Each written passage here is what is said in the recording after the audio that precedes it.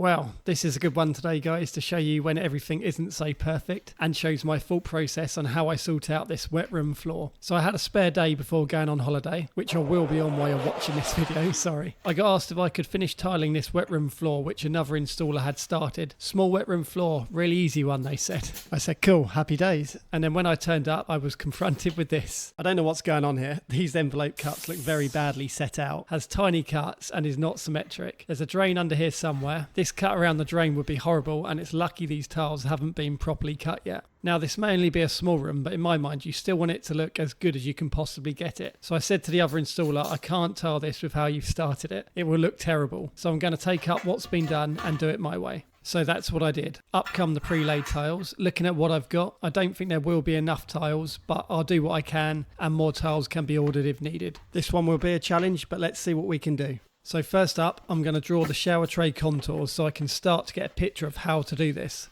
I'm already getting the vibe that this room is very pissed and nothing is straight. That last envelope line, you'll see me change it a few times until I'm happy, but it's just rough for now so I can visualise the tray as of the angles. I will show later on in the video how I work it out properly. Then I put centre marks around the shower drain. You'll see in my other wet room tray videos, I normally like to centre from the drain as that is the most important thing for visual looks. In doing that, I could see already after putting my first tile in position, the line where the shower screen will go looked very pissed, which means the tray is going to be one way and the outside floor is going to be the other. So not ideal. And measuring back confirmed that, which left me in a bit of a predicament. What do I come square off of? I really don't want the outside tray to look wonky, and ditto with the wet tray itself. After some playing around, I came to the conclusion, whichever way, the line that the shower screen sits on here has to be straight, and I'll have to take the tray as a separate entity. So this would mean the cuts around the drain will not be straight. Tough pill to swallow, but I've got to make the best out of what's in front of me.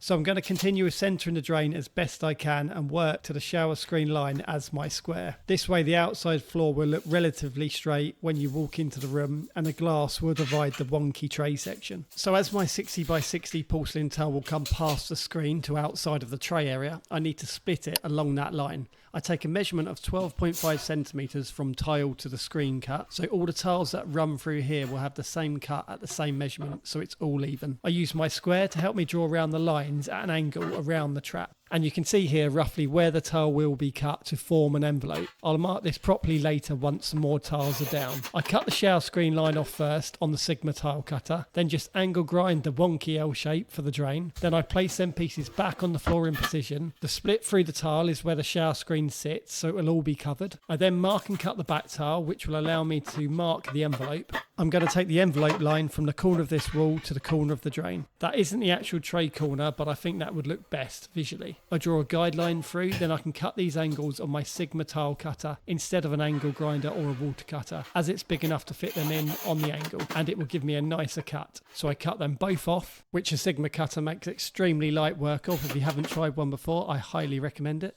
Now I can put them back into position, and with that envelope cut, it will be following the natural falls in the tray. You can see now everything lies smooth now we've got the envelope cut. I rub each piece with my diamond block just to smooth up the edges. Next I cut the last tile on this side, around the drain the same way, and mark the envelope cut from the corner of the drain to the corner of the tray. With that marked, that's another easy cut on the Sigma cutter, then I can just place it back into position.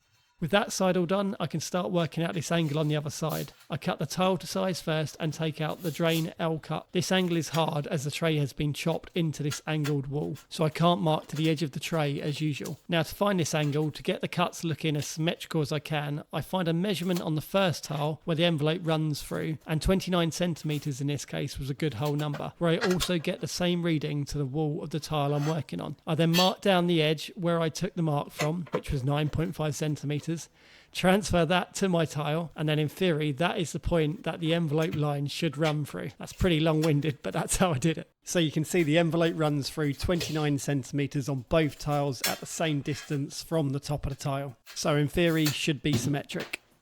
So I marked and cut that off, and as you'll see here, I think I got that pretty good. I place it into position, and both the left and right envelopes are looking symmetrical and running through nice and smooth. I cut in the final back tile, which doesn't need an envelope, then that was me out of tiles. So one tray tile short, but it's an easy cut for when the other tile installers take back over. So that was one hell of a challenge for a small wet room. I think I made the right decision by restarting what was already done. In my opinion, this looks far better and the best I could get in this wonky wet room where everything is going in different directions, and I'm sure the other installer will agree. So I'll leave it over to them now to finish the rest because I'm off on holiday. So thanks for watching, guys. I hope you like that insight, and hasta luego.